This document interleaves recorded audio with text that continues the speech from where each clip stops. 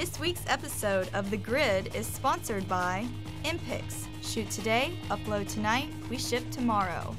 Manfrotto, imagine more. On One Software, software that gets you back to shooting.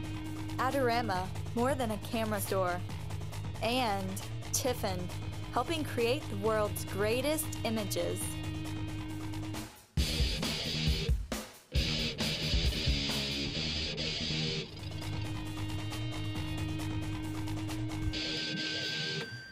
Hey everybody, we are live here on The Grid. We have a wild show today.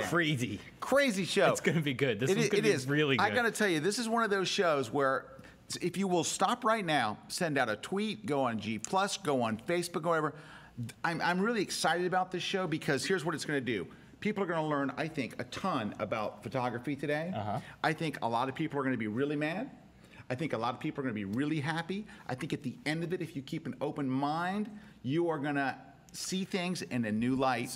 I think it's going to be big. So Scott was telling me, I mean, we were kind of talking about when we were planning the show for almost the whole day, but then Scott called me on the way. He's like, I got a great slideshow. I'm like, oh, cool, you know. And then he gets there and he shows me, and I'm like, dude, this is going to be great. so it's going to be great. Let me. Hey, we got to get some housekeeping stuff and pay some bills real quick. First, please welcome Matt Kloskowski. Hola. How you doing, Matt? I'm good, man. I'm good. I've been out of the office today working on stuff, and including this show, and kind of ate up my afternoon. We have helping us today, Brad Moore. Hey, Brado. Pete Collins is on the floor as usual, but all the way from France. You can see her underpants. No, it just rhymes, not really. Great. Well, isn't that I see London, I see France kind of thing? Yeah. Yeah, sorry, it was really inappropriate. Sorry about that. You know, I'm suddenly 5 again, and you are my older brother, John. Thank you. See, yeah. I see London, I see France, I see Pete on the floor, and it's not pretty. How you doing, Nance? Yeah, the live feed just completely blew up. Yeah, they're just like, what? Is he 12? You know. So, hi, Scott. Hi, Nance. So you're moderating our live feed today? Yes, I am. And you're telling people stuff, and we have giveaways and all kinds of great stuff? Oh, yeah, we got a lot of great giveaways today. Cool. I just want to give a quick shout out. Sure, please do. To our folks from the UK, Dave Clayton and Glenn Dewis and the whole UK contingency. Love you guys. Yeah, we do. Yeah, we do. Can I just say I had an incredible time with those guys at Photoshop World. Weren't they a ball? Because we always talk online, and I met both of them years ago. Maybe Dave last year, and then Glenn was probably 3 or 4 years ago. But we always talk online and everything like that.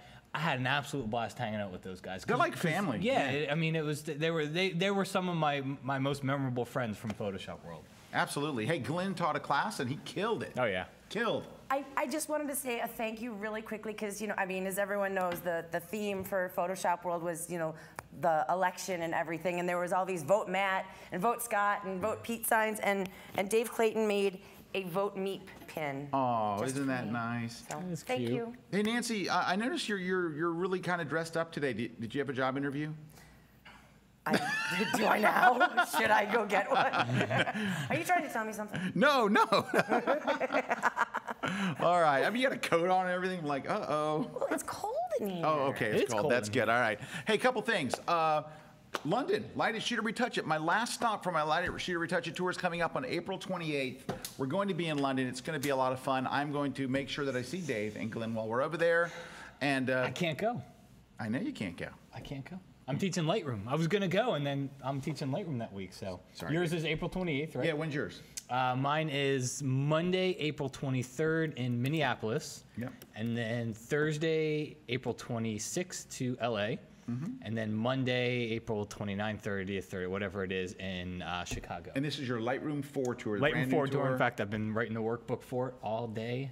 Today, yesterday, excellent. And the day before. So go to kelbytraining.com. You can click on the seminars link and find it right there. There it is, Lightroom Live with Matt Kloskowski. All right. Hey, I just want to tell you, this is free. This next thing is free. If you have an iPad, and I hope you do, go get my lighting recipes app. So Sean Welsh, the programmer that wrote it, did a little post on Google Plus today to point out that it's been rated 5 stars in the iTunes store. And if you've ever been to the iTunes store, nothing ever gets rated 5 stars because there's a lot of angry teens down there. We could do a whole episode in and of itself on rating systems. Right, like, we could. Like what's appropriate to rate a 1 star. Right. So anyway, there it is. Hey, so go download it. It's completely free. Just free. And it's behind the scenes lighting stuff. He's going to scroll. Watch, it's going to scroll. Yeah, see? Stuff. Oh, yeah. Lighting setups. There it is. Okay. So anyway, it's free. Go get it if you have it's for iPad and all. Free. Okay. A couple of little things. Just want to mention that something happened to me yesterday. The story of how Brad almost died? Yeah, I walk into Brad's office and I go, hey, Brad. Dude, everyone's getting their D800s. When's my D800 coming in? And Brad, I kid you not, goes, oh, it's right here. I go, oh, when did it come in? He goes, oh, it's been here for days. It gets worse. Later, RC's like, hey, man, what's going on? And like, yeah, I was shooting with your D800. I'm like, what? What? So not only has it been here for days, but Brad's passing it around. Everyone, hey, use Scott's camera. We're not going to tell Scott about it. I've already dropped it. Have you? Okay. I've already dropped it, sent it back to the dealer to have it fixed, and it's been back That's since. called a revel when you drop someone's gear. Ooh, okay, prizes. We got a lot of prizes. Our prizes today, we've got, we're giving away these bands. Now, these bands are kind of cool. They look like the camera lens bands that are on there.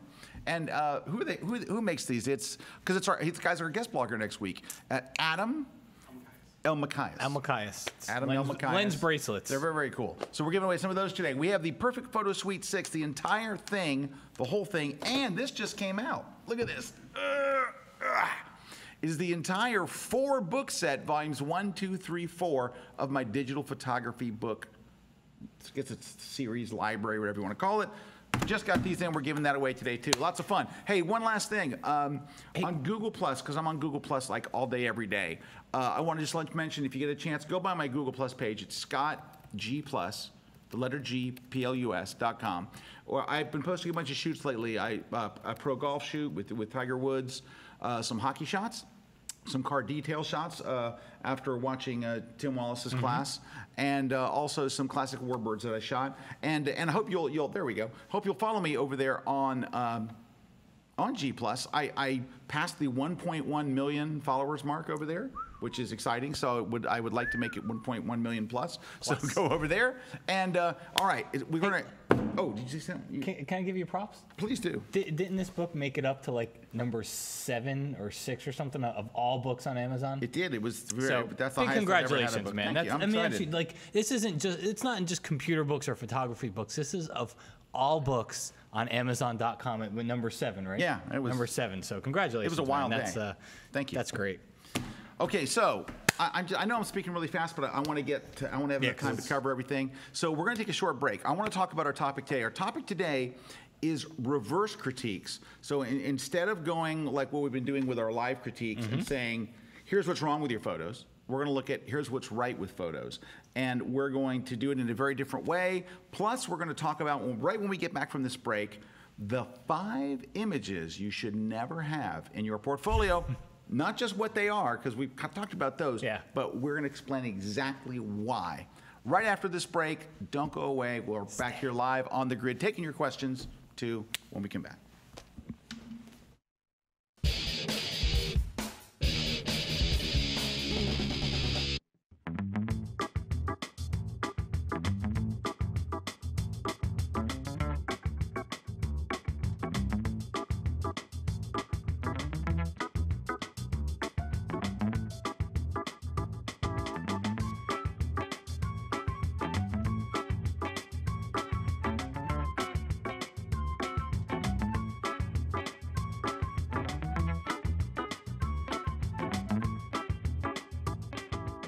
Hey everybody, Tony Corbell.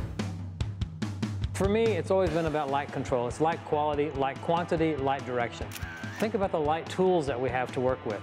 sunlight, ambient light, portable flash, studio lights. There's not one tool that is sort of everything to all pictures. You really do have to have a variety of light shaping tools.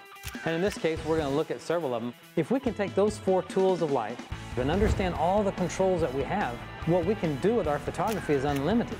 We can do anything that we want once we understand the foundation of our craft. I hope you'll tune in. We've got a lot more things in store for you here at kelbytraining.com.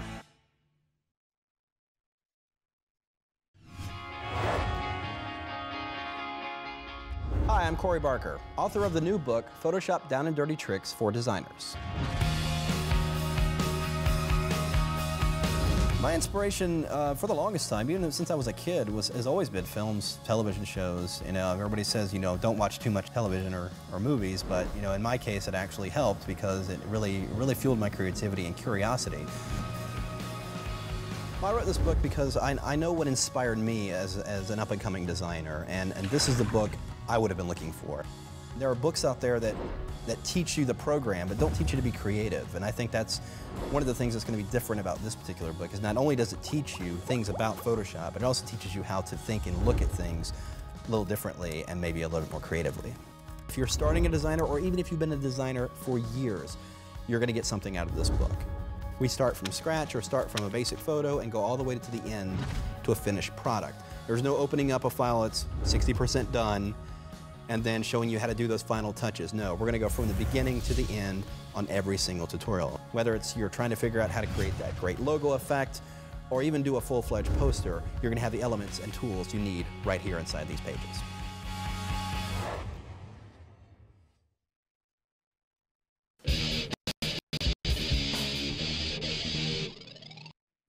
Okay, we are back, so I can kind of go back to regular speed. Well, I want to get rid of all that stuff and get that back. Okay, so let me tell you first why we're doing this show today, what brought this about. So right before we went on our break, we took 2 weeks off for Photoshop World. But before we left, we did our second live critique show. Now, the live critique show is where we ask our viewers to send us images, and we critique them live on the air. And so we did the first one, and people said, oh, you only showed really bad stuff. Can you show some good stuff too? Yeah. And I actually today went through what we did last, and we liked more images than we disliked. Like, people I think had some good choices, and I think there were a few. But we also got a couple of people, not many, because most people, I even got letters from almost every single person. Because I had everybody submit on G+. I got an email from almost everybody that we think, and thanking us. Thanks so much. I know what to do now. I'm going to rework on this. Even if we said negative things, yeah, they thanked us, and I didn't get anybody. But there were other people that we didn't review their stuff, but they saw in their own work the things we were pointing out. And in particular, this woman wrote a very long blog post about it. Long blog post about it. And she said, you know, I was reading this thing, and I really learned a lot. I really did. But I thought Matt and Scott were mean. First off, they thought we were mean. They said, I really learned a lot, but they were mean. And so I went back and watched the episode to say, you know, were we mean? What it is today in this area of photography, you don't ever hear really anything bad about your photography. If you go put a photo on Flickr, people line up to tell you it's the greatest photo ever. Well, because it's art. And it's all subjective, yeah, because it's all subjective, and it. people say you can't call art bad. Right. So you hear tons of, we didn't say, oh God, this guy's a bad photographer, you should throw away your camera. And believe me, I've heard people critique like that. I've heard people say stuff like, you really need to sell your gear. So we didn't do anything like that, but I think it's very rare for anyone to hear an honest opinion and reasons why, not just like, oh, it's a stupid photo, but we gave very concrete reasons. But she said, we didn't really explain why we liked the good photos. So I went back and looked, and by the way, yes, we did. Oh yeah, we made it every single one. We made it a point to do that. Right, we did. But anyway, she wrote and she goes, well, I went out shooting, and I broke all the rules that they said, and I realized I'm out there breaking these rules. And she's like, I know I'm breaking them, and I realized at least now she knows, right? But she still went and did and broke the rules. And she posted a photo, and she said, I don't care. I took this photo, and I really like it. And the photo was. Because we talked about this, and you kind of said it perfectly. There's knowing the rules and breaking the rules, And then there was, what was it? Ignoring the rules. There's a difference. And there is a difference. So. And she created a photo that she likes. And this is important. We all should take photos that we like personally, right? But it becomes different when you send in things for, I want to get better, or I want to, you know. And she wrote on her blog, and of course, all the people on her blog loved it. You know why? Because the people on her blog love her. They're her friends. And her friends aren't going to go, you know, the photo kind of sucks.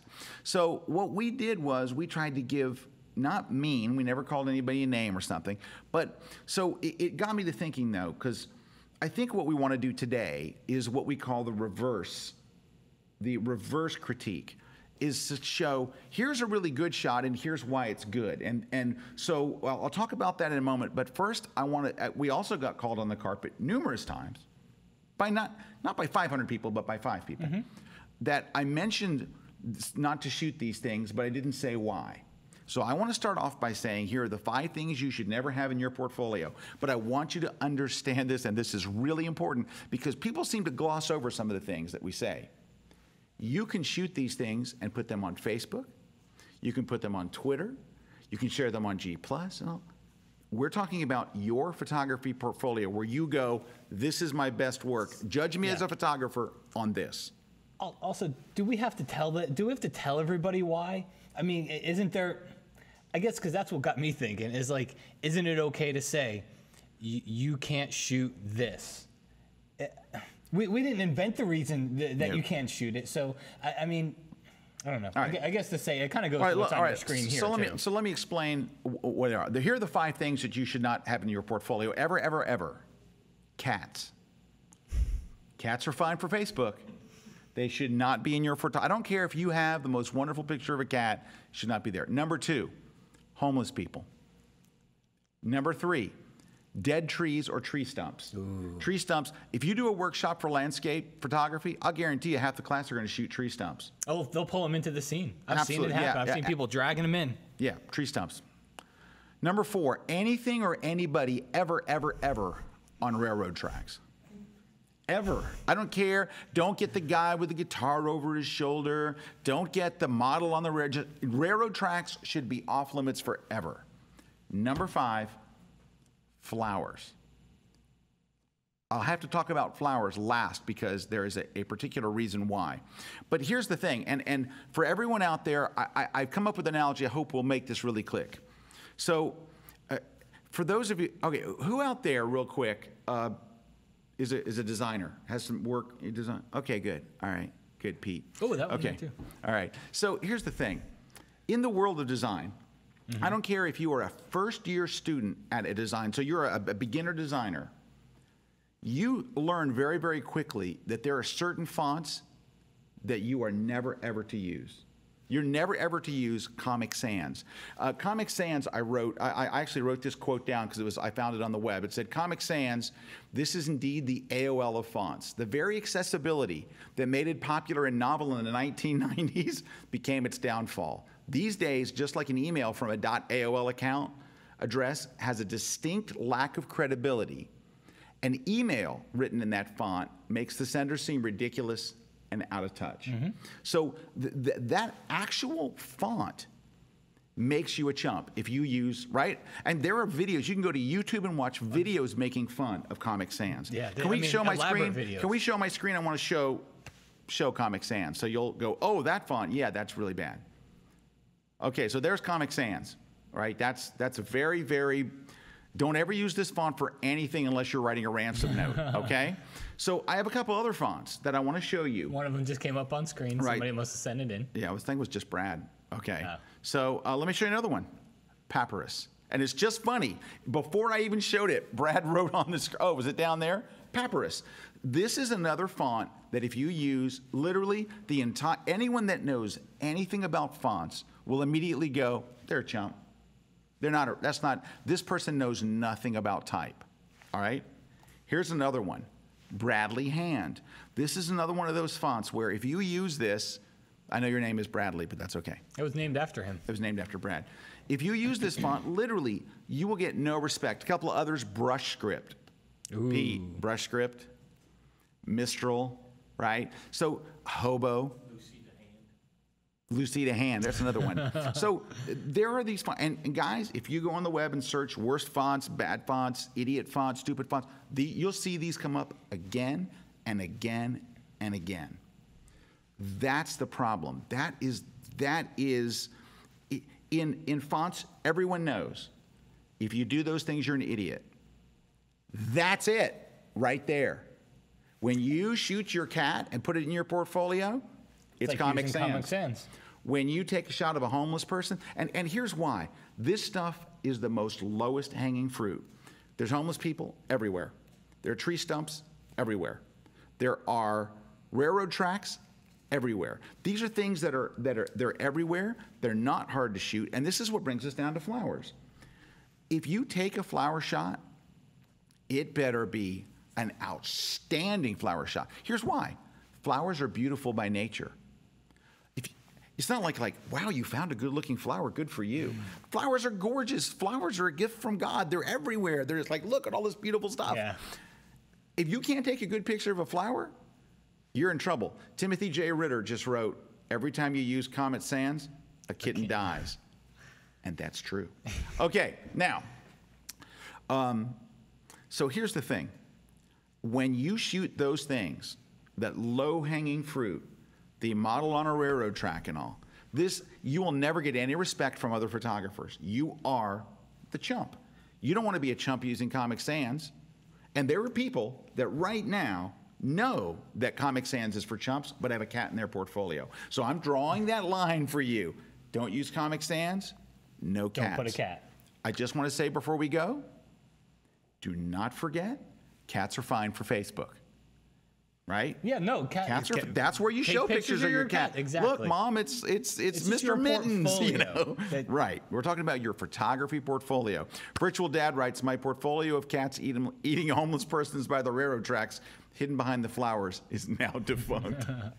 All right, so I wanted to talk about that now. We're going to talk about it a little bit more, but I really wanted, people were like, why can't we shoot these things? Because that's why. Now. And there's no, we can't go into the deep rooted reasons. Ooh, here's brush script. I didn't realize I had a sample. Here's brush script. Yeah. These fonts are on everybody's machine. Don't ever use them. Okay. They're in every program. They're in Microsoft Paint. Okay, so now we're going to move on to the reverse thing.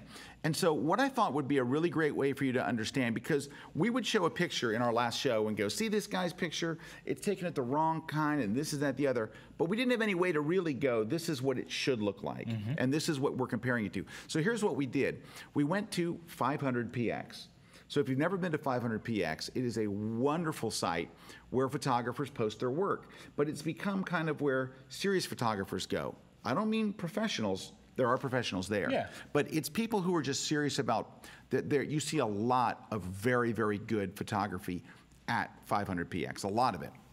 So I went to 500px, as did Matt, and I wanted to talk about an image that we'd criticized before, and then be able to finally give you here's what it should look like. And that's what brings it to that next level, because our first idea for the show was, let's go out and let's find photos of great lighthouses or of good landscapes or whatever happened, things that we talked about. But that's when you took it to the next level, and so Scott actually went to the last photo critique and took a photo so that we can compare a similar photo that we would critique in a good way. And before I go into this, I just want to give this one last disclaimer: is we're doing this for one reason, to help. We're really doing this because we want to help. Everybody that I critiqued sent me a note or an email or a message, and they were so thankful, even public posts that, and so look at all this with an open mind. And you're going to look at some of the stuff and go, oh, well, sure, but we're going to talk about that too. Let's take a look. You ready to go?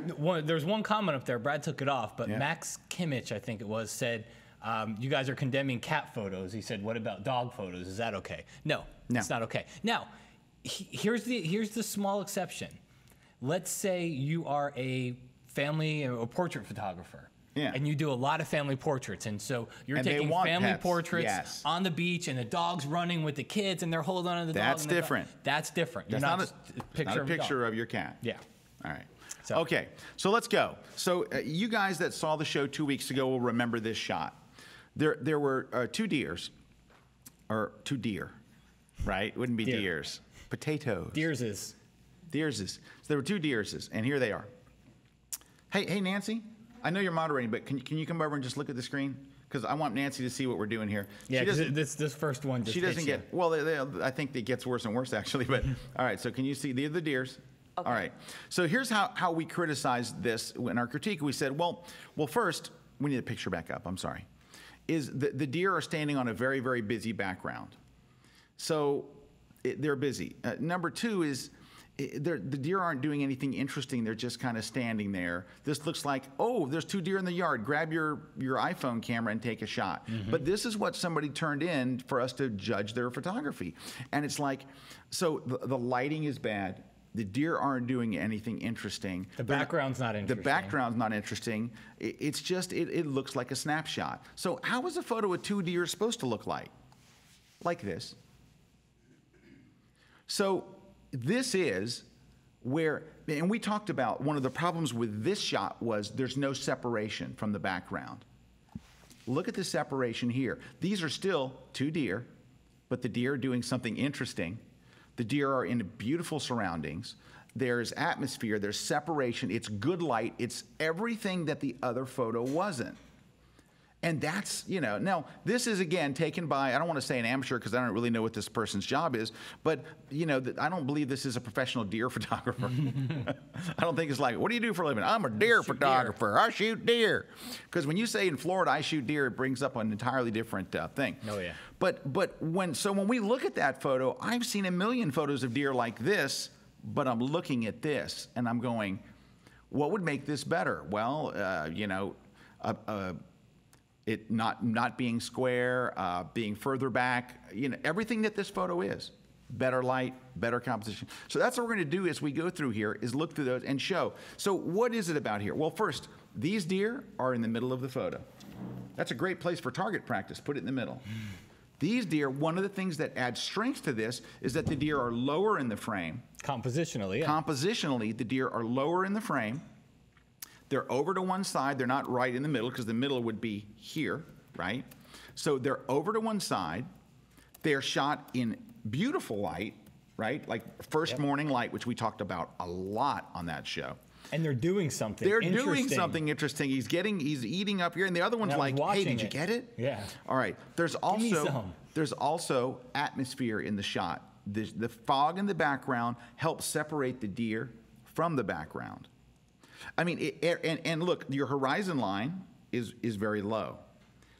So you have all of these different elements that come together to make a beautiful shot of deer. So that's what the difference was. All right, let's go on to the next shot. So this gentleman, I heard from him, and he was very nice about it, really good guy. And I said, you're trying to take a shot of a home, and here are the things that are wrong with it. First off, you shot a home at the exact worst time. You know when homes look good? At the exact same time that deers look good. Deers look good in good light. When does good light happen? Twice a day. Just after dawn, just before dusk. So in the morning, at night. Did I say deers again? Sorry, it's deer. I know it's deer. I know it's deer. I keep saying deers because everyone here are such deers. Pete, deer, Brad, deer. Okay, I'm sorry. It's the drinking. Okay. So I said, first off, compositionally, it's just bad. And you know what? He didn't have to stand in front of those two trees. He could have moved. I remember I said, you're standing in front of these trees. He could have moved over here. He could have moved over here. Because it looks like a nice house. It does look like a beautiful home. It looks like we have a good subject here. Except for it's in bad light and it's badly composed. So what should a shot of a house look like? Like this. It should be taken at dawn or dusk. You could have shot this right through those trees and had the same shot he did. But this person said, no, let's move over here. You can also see what they did differently was they got down low. The angle that they're shooting is they're shooting from a lower angle. Maybe they're not standing. Maybe they're on one knee. Or maybe the ground just slopes down and they're lower. Can you go back really quick? Yeah. Because another thing, and you could almost count this as a rule for photography, is lifeless trees typically don't look good. No. I mean, and I guess it depends what you're trying to go for. If you've got one of those cold, lifeless scenes, Like if it's a white snow scene, Yeah. you want that one lone tree, that's different. that's different. But you don't want a lifeless look here, and lifeless trees with no leaves, no branches, no anything. Not no branches. There's lots. They of don't branches. inspire anybody. Yeah, it's just that's a no-no. Now, but here's the thing is, there's a tree with plenty of foliage. Yeah. You could have composed this to where this tree was visible and not these big ugly ones. Dead ugly trees, Matt really nailed it. Don't look good. Look at this, right? And here's another one. All right, look at this. Now this is HDR. Yeah. It appears to be anyway. Tastefully though. Very nicely HDR, by the way. So look, it's from a nice angle.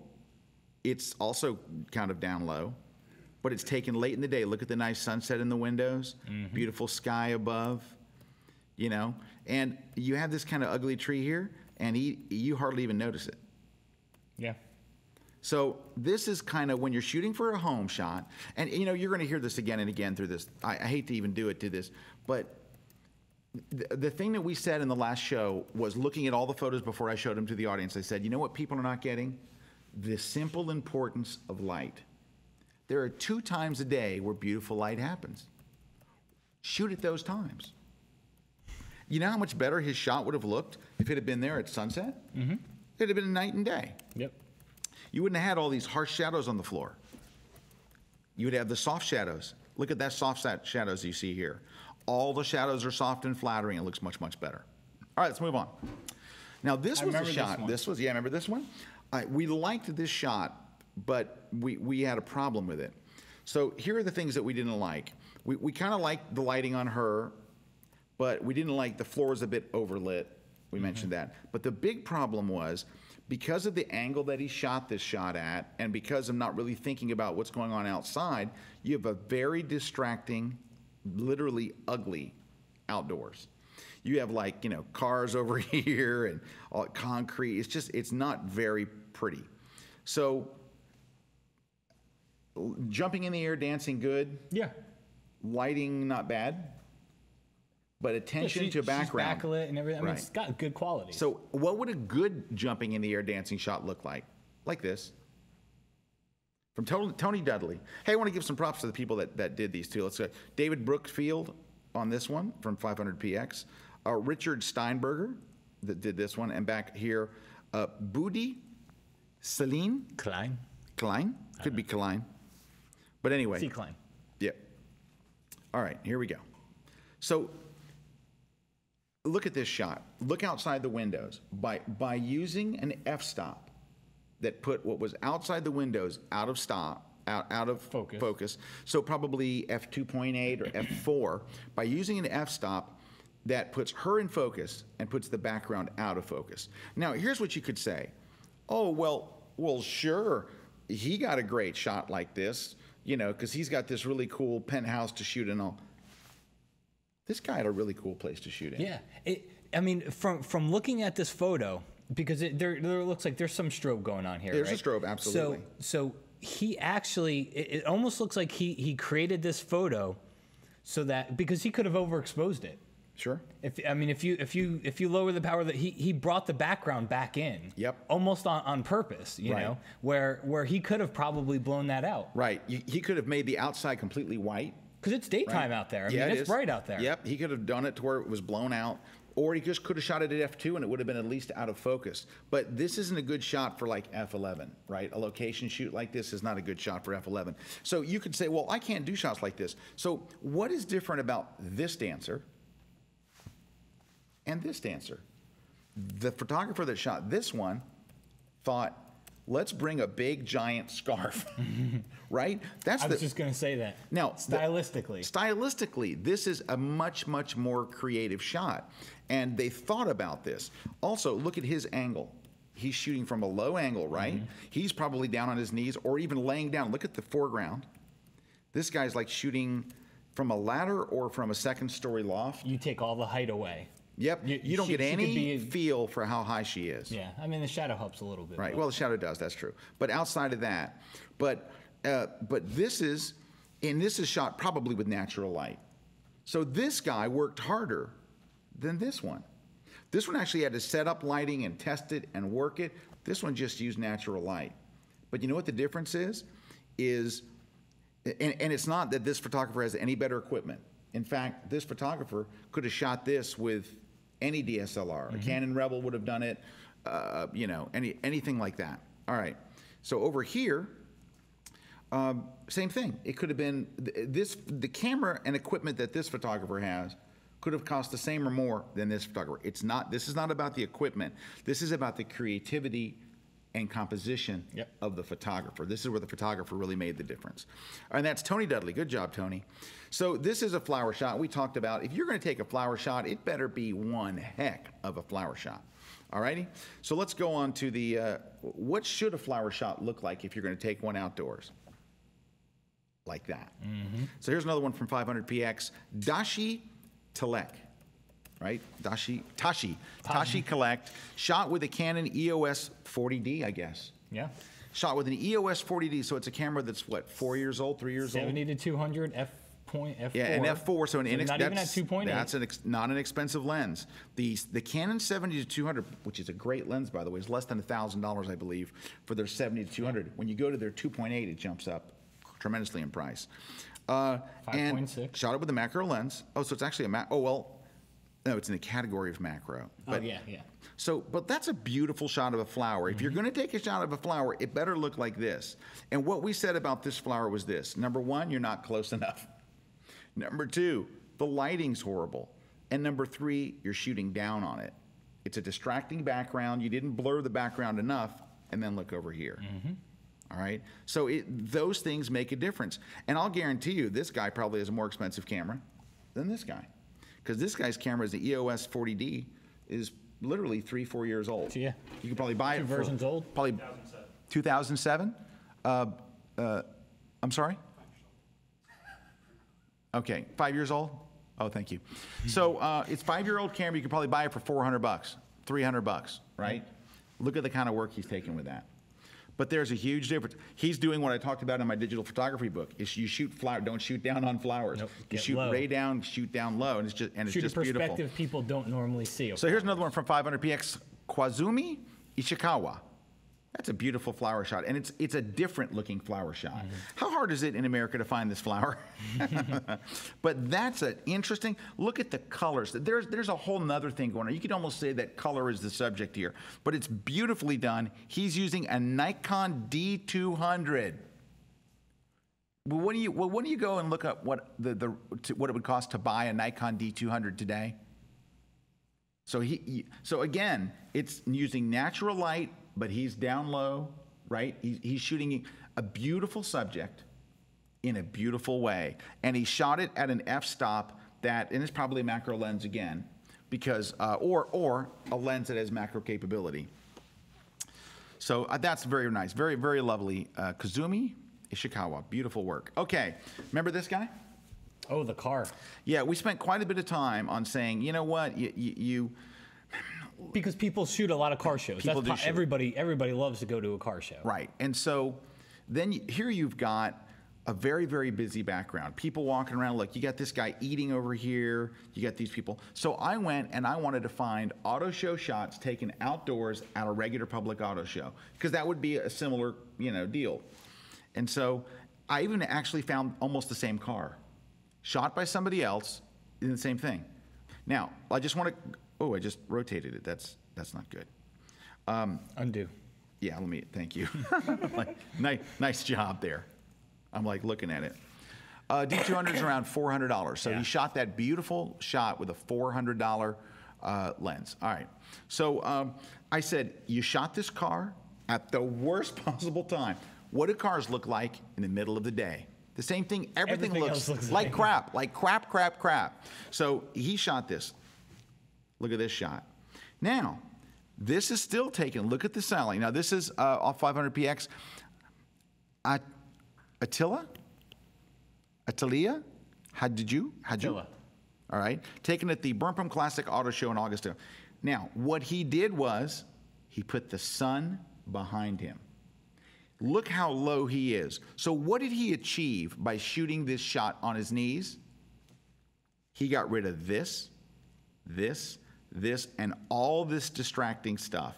He put the sun behind him and zoomed in on the front of the car to get that. Look at the next shot.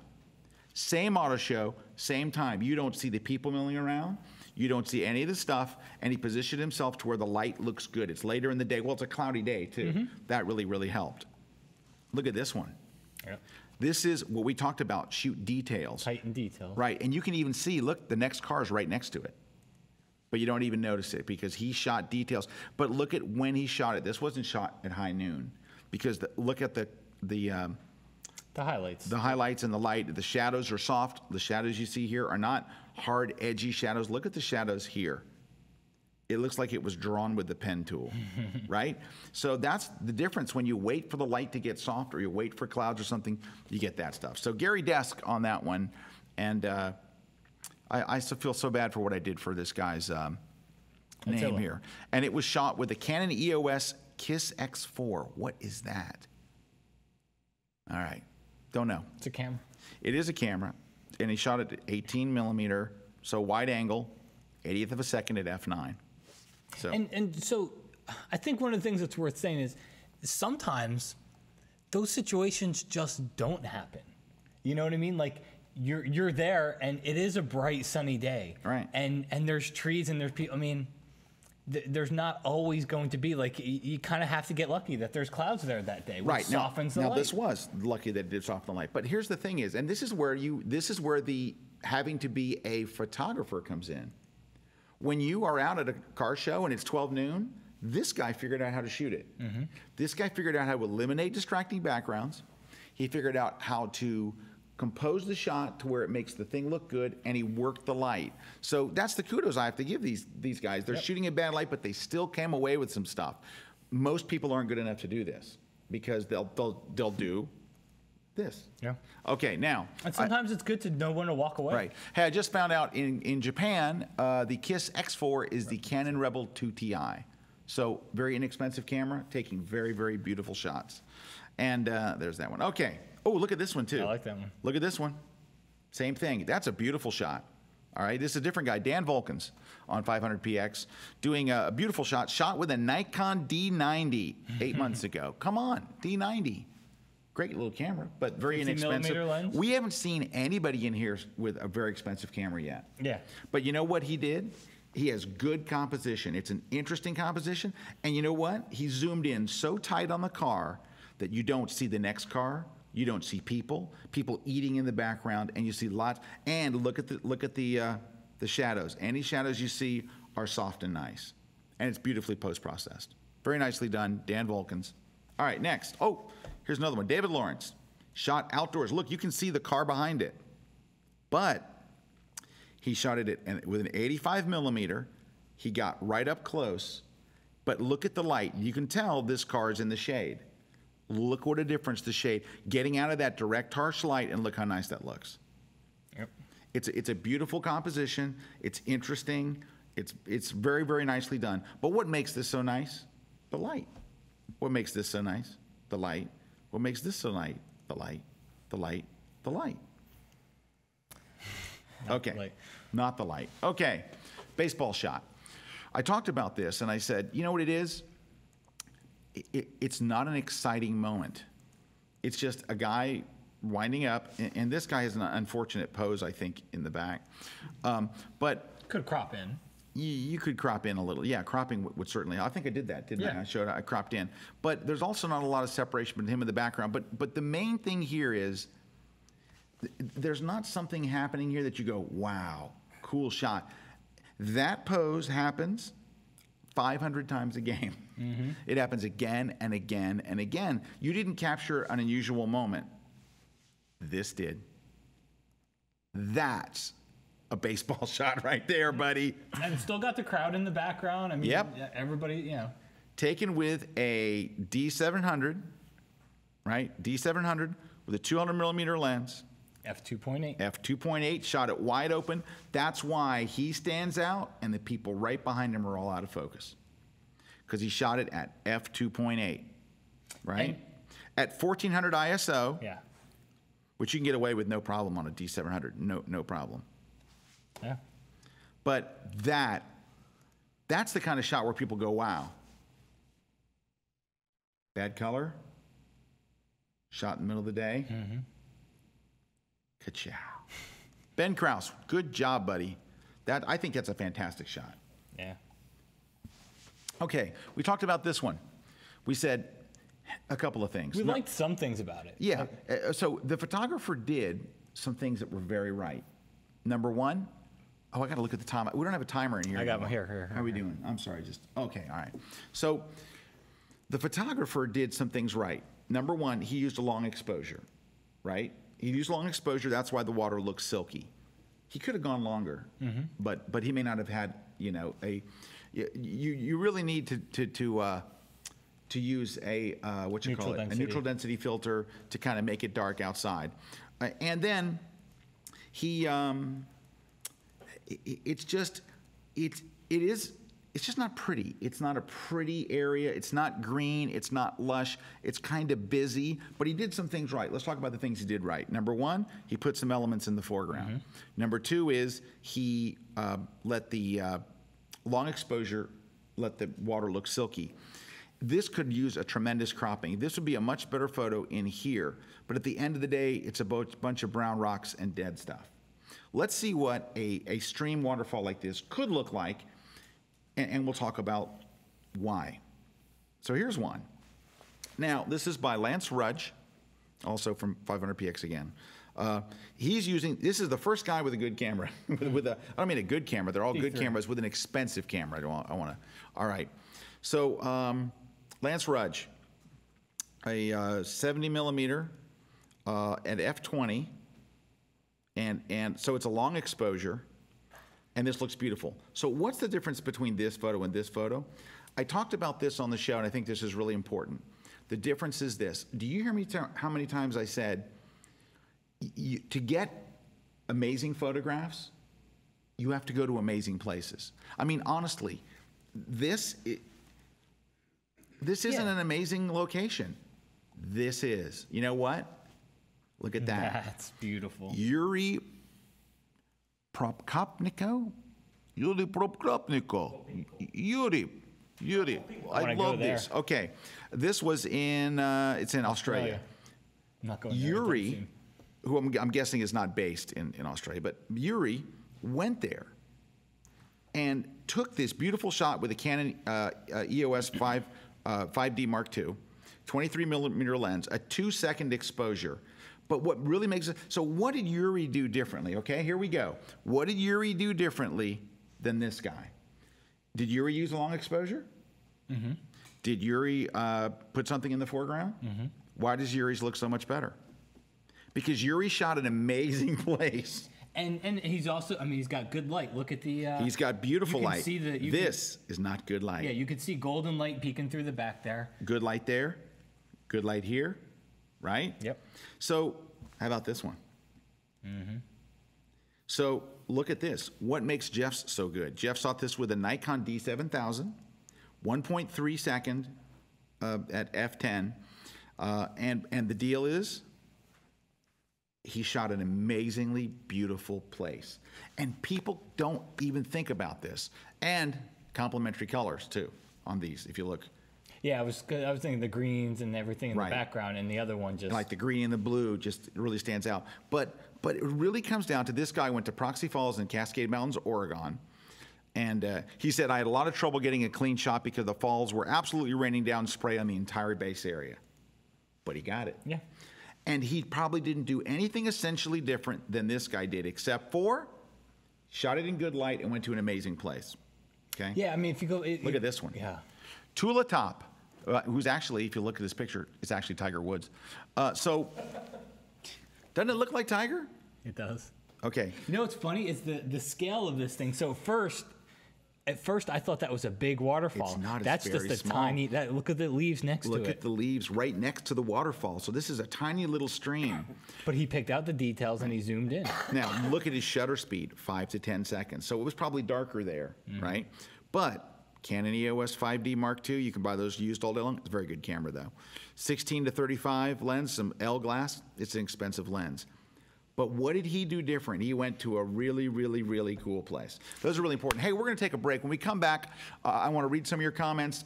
I've got a few more images to look at. Matt's got some to show you. And don't go away. We'll be right back. And don't forget, this episode is sponsored by MPix. They are your online photo lab. Get your images uploaded to them by 11 a.m. and you'll have them tomorrow. We'll take a break. We'll be right back.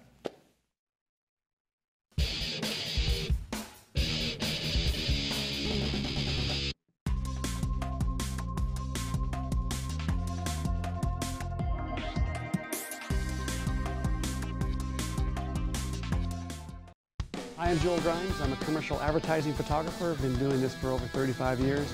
I'm here at Kelby Training to teach you guys how I do my composites. I start in the studio, we take a subject, put her on a white sweep, shoot with my 3-edge gritty little lighting techniques. Then we go in the field, we shoot some HDR backgrounds, and putting it all together in Photoshop and making it one amazing killer image. If you're interested in this kind of compositing, come check out my classes. At ADORAMA, our trained staff share your love of photography and can help you find what you're looking for. Our inventory is stocked with all types of cameras and accessories you need. ADORAMA has it all. ADORAMA, more than just a camera store. Visit us at 42 West 18th or at adorama.com.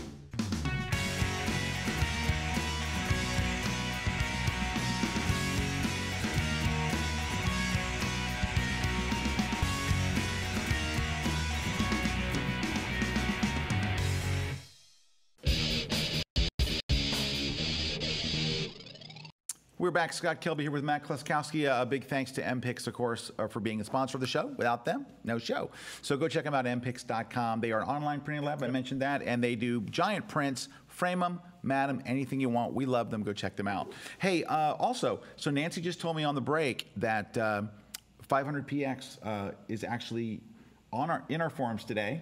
And they're going to give 3 memberships away, right?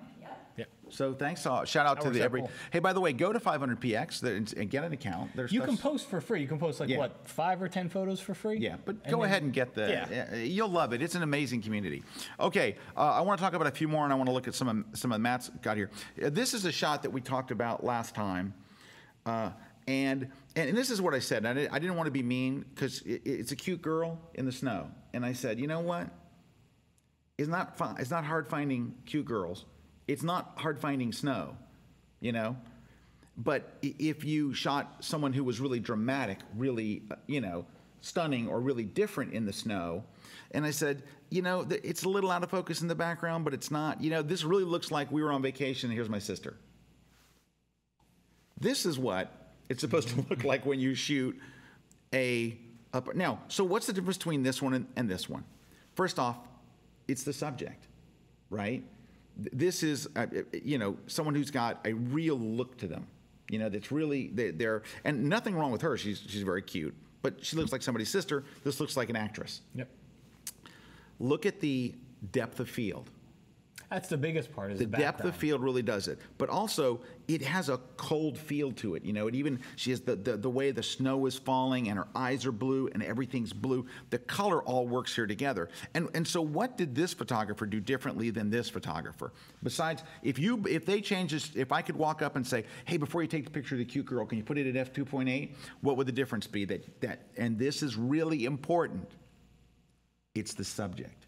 Nobody talks about that. But the difference here is this is a stunning subject and this is a cute subject. Mm-hmm. Yeah. And that's really what makes this, the look on her face, it's just like, this looks like a movie poster.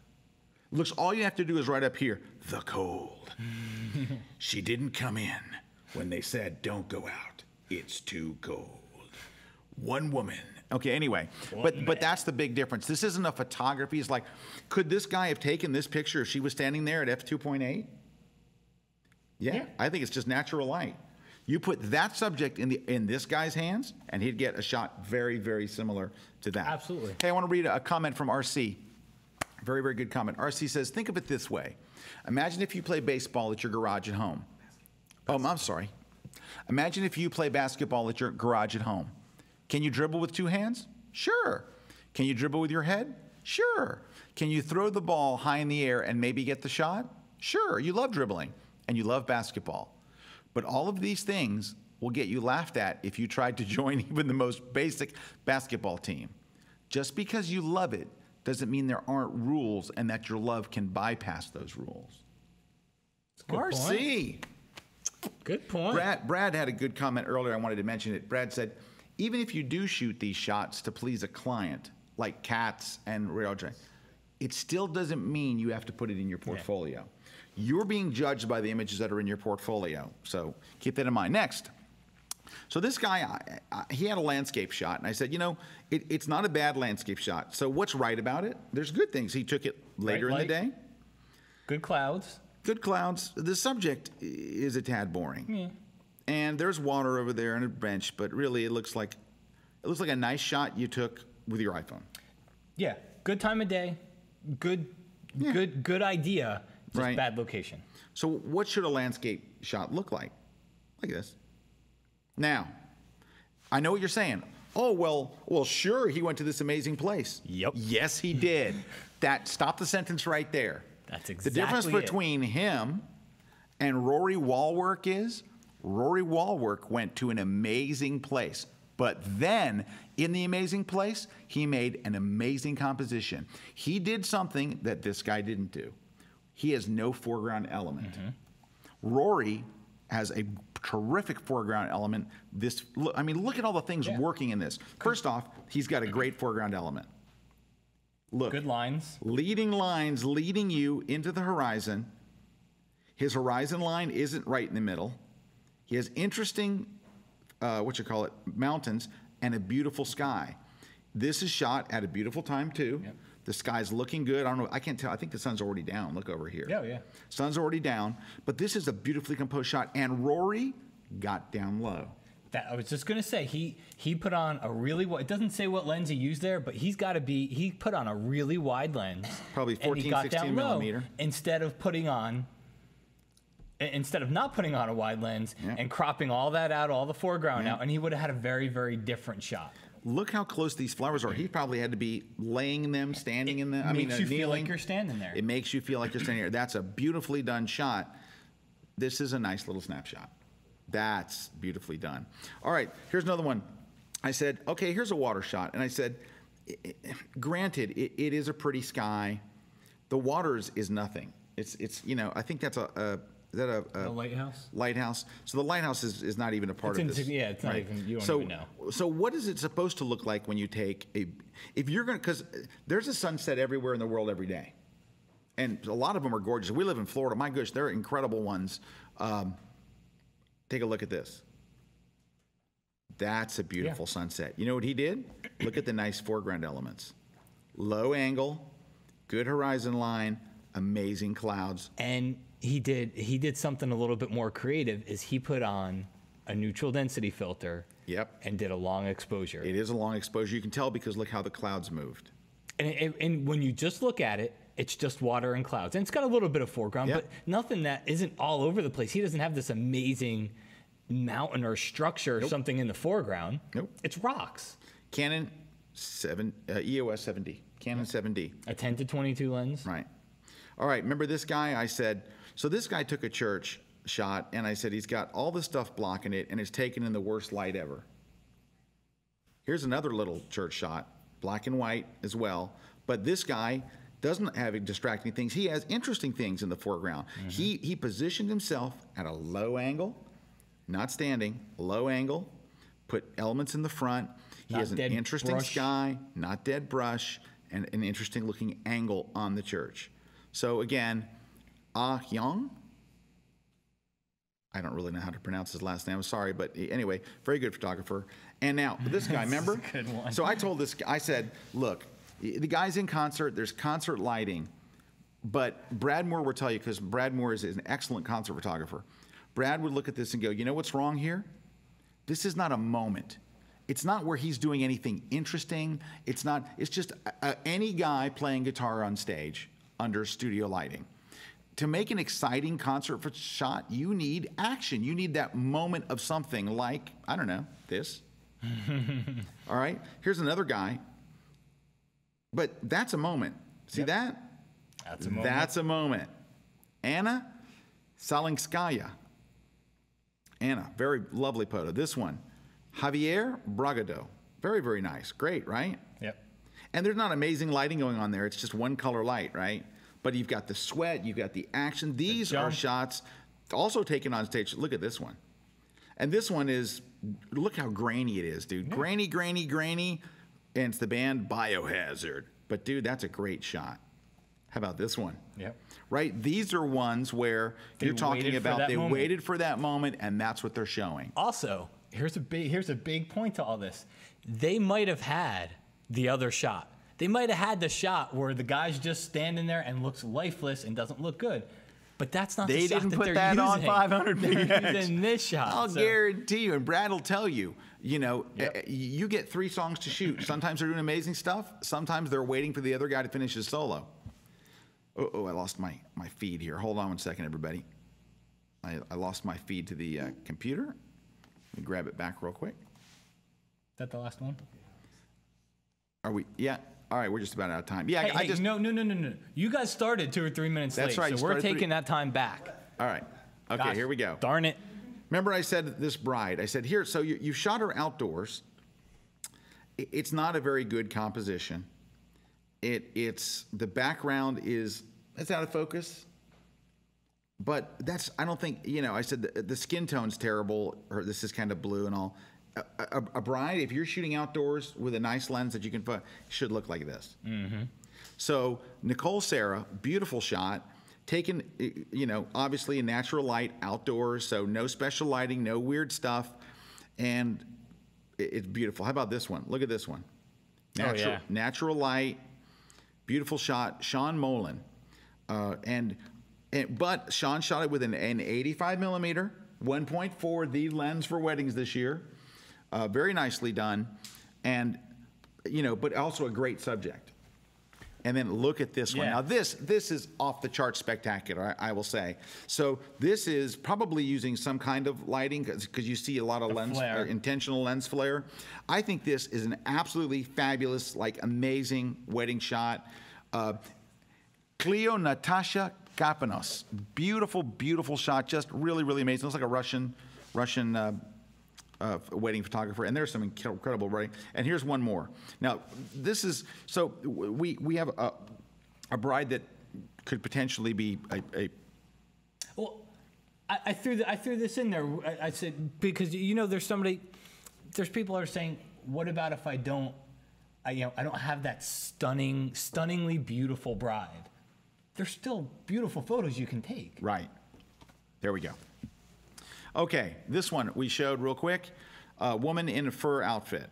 And I said, well, you know, the lighting's kind of harsh, the angle's not good. This is better, woman in fur. Or this one. Well, this is about, again, you can't make her look like her.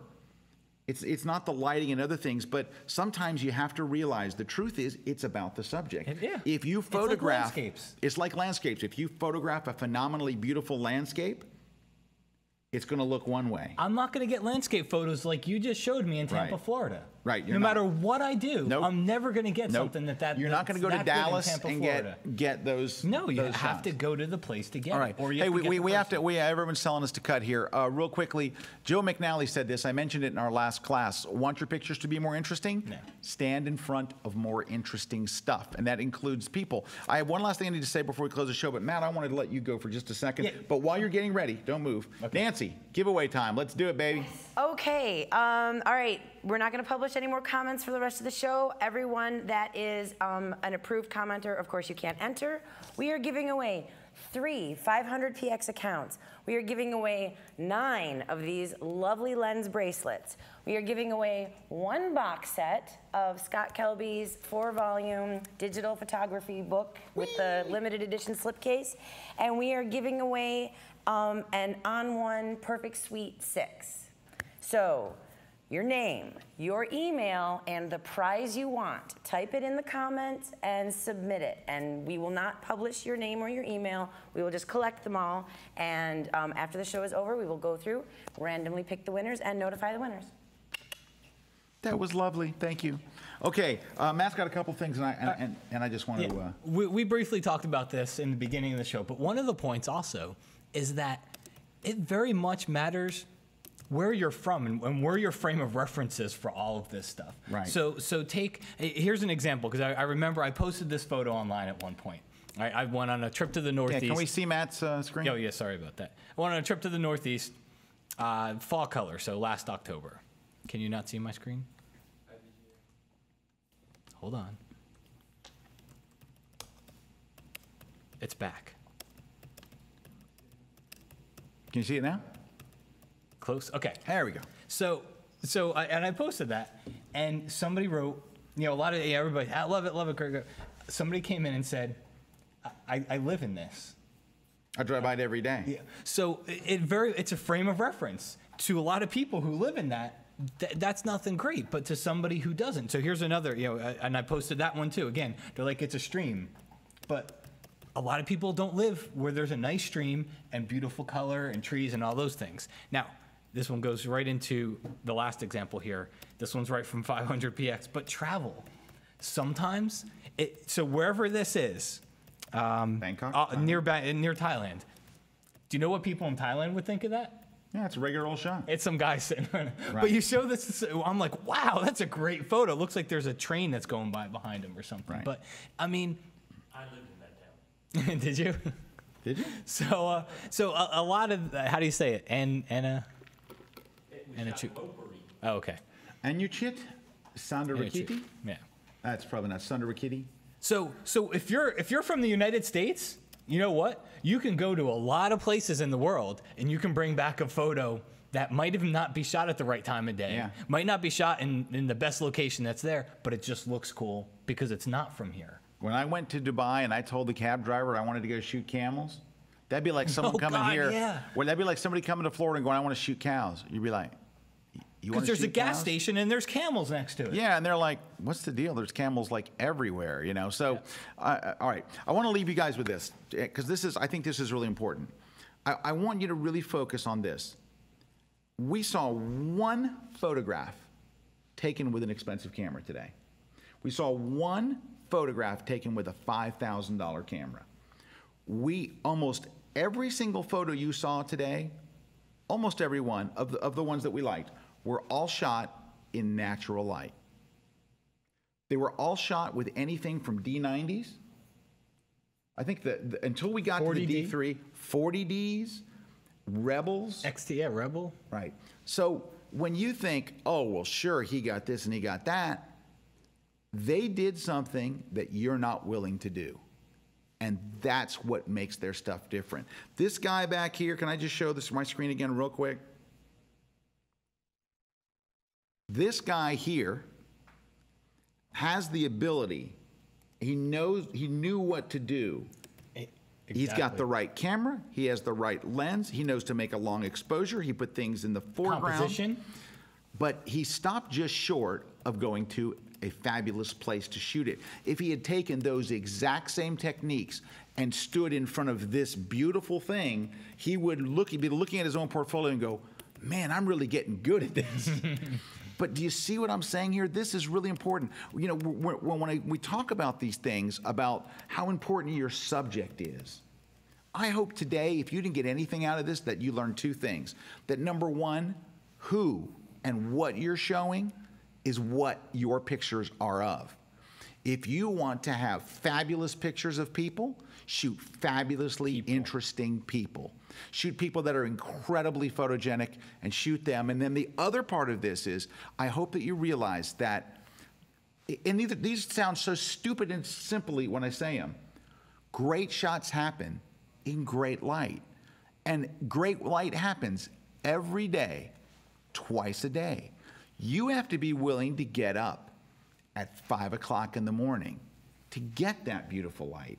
If you show up at 2 o'clock in the afternoon and you shoot a car at a car show and you go home and you go, I'm disappointed with my shots, I'm not a very good photographer. No, that's not it. You're not willing to do what it takes to get the great shot. You weren't there at 5 in the morning. And you could say, well, the car shows aren't open till 9. Then you need to go the day before and talk to a guy and say, can I meet you here at 7 in the morning? RC is brilliant at that. You look at RC stuff, and RC has all these great photographs. But you know what? RC would be the guy that went the day before, Made a talked to the connection. guy at the car show that said, "Can I?" And RC carries his iPad, and he goes, well, "Let me show you some of my car shots. Can I come shoot your car tomorrow? What are they going to go?" Absolutely. I wasn't going to get here till 9, but what time do you need me here? I need you here at 6:30 in the morning. I'll meet you there. RC is willing to do those things. RC, we go to the Columbia Spanish restaurant. He'd never been there. He's looking around. This is great. RC takes a shot, makes an HDR, goes back to the Columbia and goes, "Hey, I took this shot. Can I come in here when you're closed?" "Yeah. What time you want to be here?" Those things, that is the photographer making the shot happen. You can do this. You can do everything. There's not a shot in here that you can't take. But the difference is you've got to want it. You got to be willing to do it. You probably know every technique you need, and you probably have a better camera than almost everybody that we saw today, with the exception of one guy. The camera that you're sitting there looking at on your desk right now is probably better than almost anything we shot, except for maybe one camera. The only difference is they are willing to do what it takes. You can do it. You can get amazing shots like this. It's not that hard. It's just when the light bulb comes on about light and about subject, I've got to find a fabulous subject, and I got to be in great light, and I got to do whatever it takes to get there. You're going to have amazing photos. You're going to love what you're getting. And if you're stuck on like inspiration, go to 500px. Look, so what makes interesting people? Go to what their makes editor's that person? choice. Yeah, go to editor's choice. What makes that person stand out? Is it the eyes? Is it the hair? Is it what makes it? Go look at the locations where these things are done. Figure out if you live near any of them, and drive to it. So. And if you're not, you know what? I know how many photographers do you know that want to get a great landscape shot, that get in their car, drive to the airport, and fly to where the landscape shots are? I don't have that much money. Then you're never going to get shots like that. And I don't mean you need a better job. I mean you got to save up. You can drive to Moab. Yeah. You can drive to Jackson Hole. You can drive all that stuff. I have to go to Portland next week. I'm staying an extra 2 days so that I can drive up to Olympic National Park and actually shoot there. Right. So I'm not making a special trip there, but if you're traveling, if you're doing anything, figure out what's around you. Brad and I went to Banff a day early so we could go shoot in Banff. And we had to shoot with whatever we had. I get it, Brad. God, he's driving me nuts. Okay. You think guys, the network is going to pull the plug we have on to us. go. We're 10 minutes over. Oh, no, the network's going to be so. We just interrupted 10 minutes of jeopardy. So anyway, guys, give it some thought. Let it marinate. We love you. Goodbye. Goodbye. This week's episode of The Grid is sponsored by Impix. Shoot today, upload tonight, we ship tomorrow. Manfrotto. Imagine more. On One Software that gets you back to shooting. ADORAMA, more than a camera store. And Tiffin, helping create the world's greatest images.